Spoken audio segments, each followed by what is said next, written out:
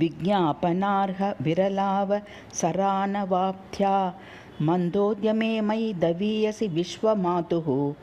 अव्याजभूतकरुणा पवनापविद्धा न्यन्तः स्मराम्यहं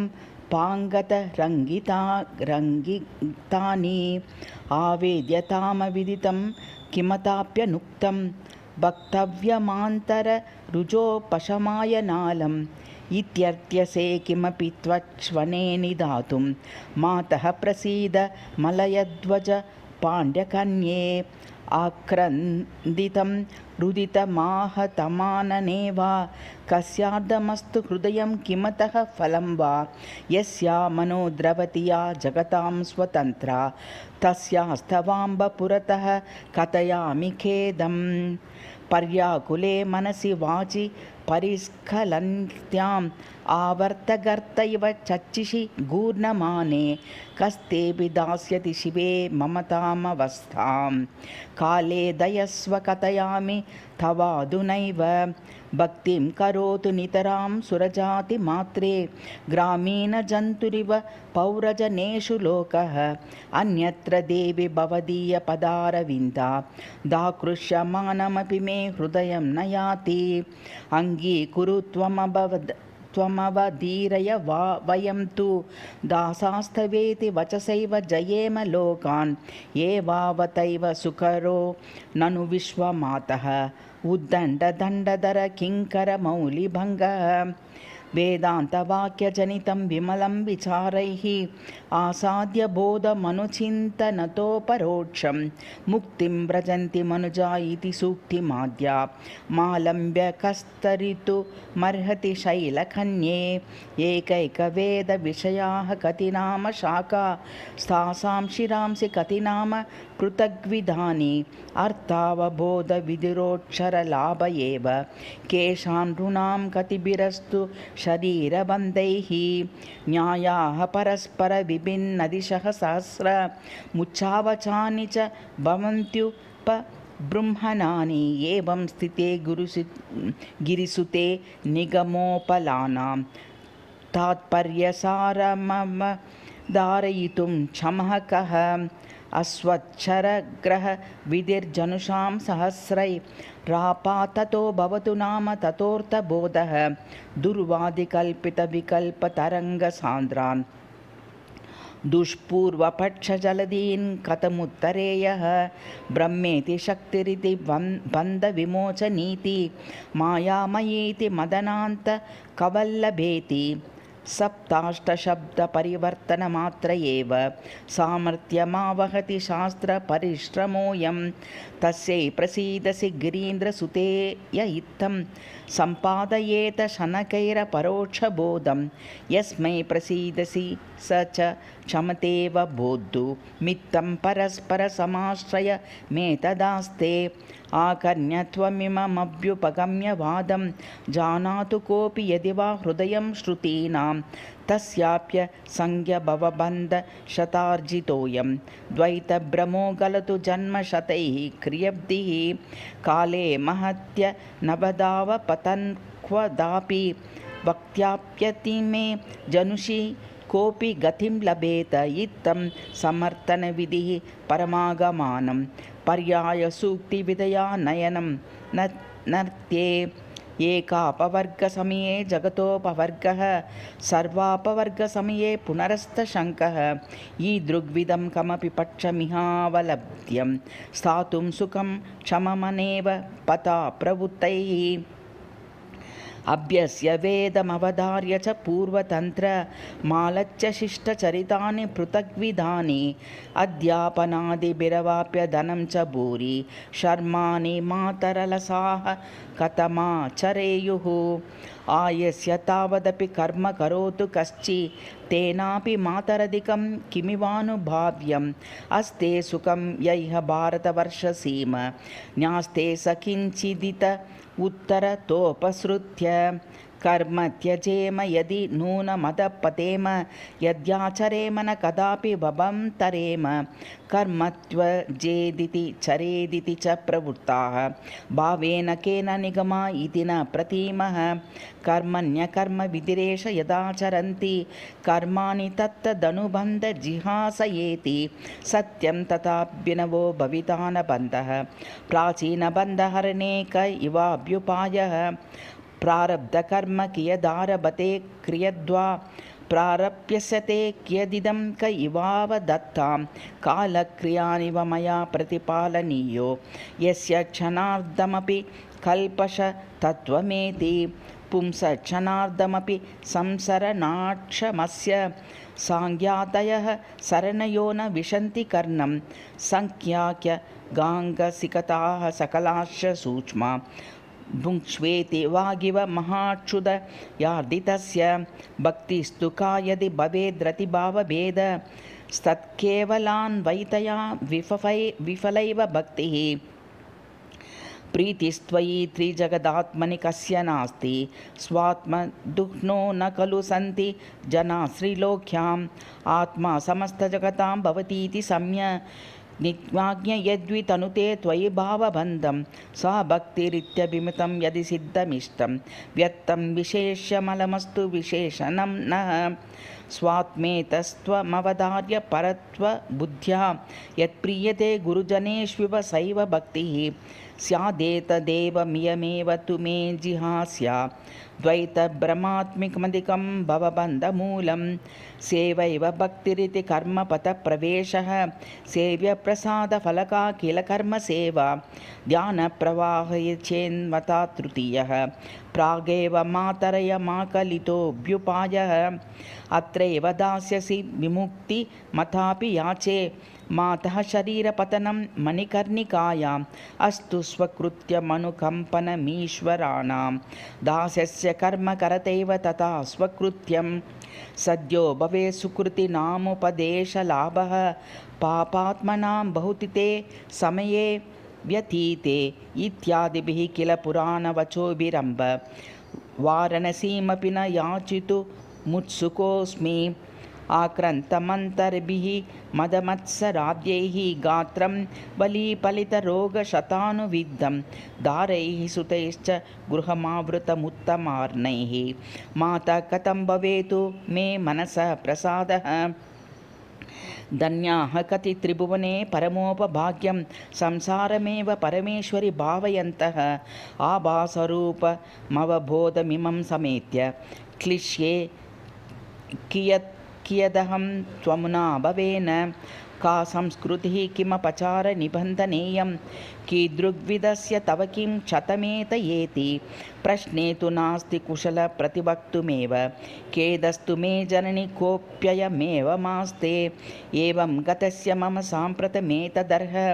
मत्रेदमौपयिकमित्तमिदं च साध्यम् अस्मिन् प्रमाणमिदमित्यपि बोद्धमम्ब शक्तिर्न मे भुवनसाक्षिणि किं करोमि ज्ञायते मम हितं नितरामुपायो दीनोऽस्मि देवि समयाचरणक्षमोऽस्मि तत्त्वामनन्यशरणः शरणं प्रपद्ये मीनाक्षि विश्वजननीं जननीं ममैव किञ्चित् मया श्रुतिषु किञ्चिदिवागमेषु शास्त्रेषु किञ्चिदुपदेशपतेषु किञ्चित् आज्ञातमस्ति यदतो भवतीं वरीतुं गोप्त्रीति काचिदुदपद्यत बुद्धिरेषा ब्रह्मैवमेवमहमेष तदाप्युपाय इत्यागमार्थविदुरा प्रथमे दयार्हाः त्वद्रक्षकत्वगुणमात्रविदो द्वितीया इत्यर्थये सदधिकार निरूपणाय माता करोषि ममतां मयि यावदीश तावद्यते मम ततः किमिवास्ति साध्यं मामित्यमित्यमुपयुङ्क्ष्व न विस्मरेति किं स्वामिनं त्वरयते क्वचन स्वभृत्यः त्याज्यं त्यजानि विहितं च समाचराणि नित्येषु शक्तिमनिरुध्य हि वर्तितव्यं तद्बुद्धिशक्तिमनुरुध्य न कार्यशक्ति मित्येतदेव तु शिवे विनिवेदयामि आत्मैव भारयति त्वं त्वय्यो निदत्ते सोऽङ्गानि कानि कलयत्वलसः प्रपत्तेः विश्वस्य साक्षिणि विलक्षणलक्षणाय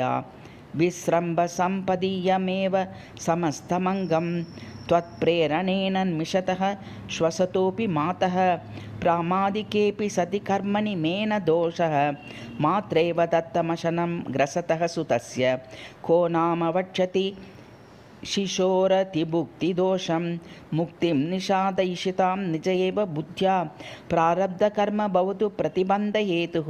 त्वामेव साधनतयापि समाश्रितानां तुल्यं तदम्बयति कस्तव वीरवादः प्रारब्धकर्म गिरिजे भवदाश्रितानां मन्यत्त संक्रमय नाशय वा समूलं मर्त्याश्च कल्वपि विषं वपुषि प्रसक्तं संक्रामयन्ति परतोऽपि च नाशयन्ति त्वद्दर्शनश्रवणचिन्तनवन्दनादि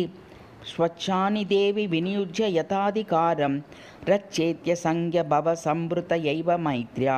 रुन्द्यां यदि स्थिरममून्य दुनैव न स्युः त्रातव्ययेषति चेत् करुणामयी स्यात् त्रायस्व किं सुकृतदुष्कृतचिन्तया मे कर्तुं जगत्तिरयुतुं च विशृङ्खलायाः कर्मानुरोध इति कं प्रति वञ्चनेयं त्वय्यार्पितं प्रथममप्ययज्वनैव स्वात्मार्पणं विदधता स्वकुलं समस्तं का त्वं महेशि कुलदासमुपेक्षितुं मा को वानुपासितुमहं कुलदेवतां त्वां मोढ्यादहं शरणयामि सुरान्तरं चे किं तावता स्वमपि तस्य भवामि मातः अज्ञानतः परगृहं प्रविशन् परस्य स्वत्वं प्रयास्यति पशुः किमु राजकीयः